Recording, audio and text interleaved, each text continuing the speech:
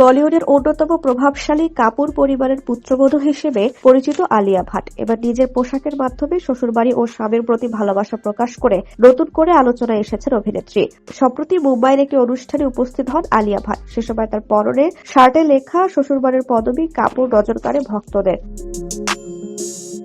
মুম্বাইয়ের ওই অনুষ্ঠানে আলিয়ার ফ্যাশন সবার নজর কাড়ে, তবে সব ছাপিয়ে আলোচনায় আসে তার শার্টের বুকের কাছে সাদা সুতোয় নকশা করে হিন্দিতে লেখা কাপুর শব্দটি। ছিমছাম মেকআপ আর আভিজাত্যপূর্ণ এই সাজে আলিয়াকে দেখে ভক্তদের অনেকেই তাকে কাপুর পরিবারের রানী বলে আখ্যা দেন। নেটিজেনদের মতে পোশাকের মাধ্যমেও যে পরিবারের প্রতি সম্মান ও গর্ব প্রকাশ করা যায়, আলিয়া সেটি প্রমাণ করলেন। বলিউডে অভিনয়ের পাশাপাশি প্রযোজনা সংস্থা ও শুটিং নিয়ে আলিয়ার ব্যস্ততা প্রচুর, তবে এত সব কাজের মাঝেও তিনি সংসার নিয়েও ব্যস্ত রয়েছেন।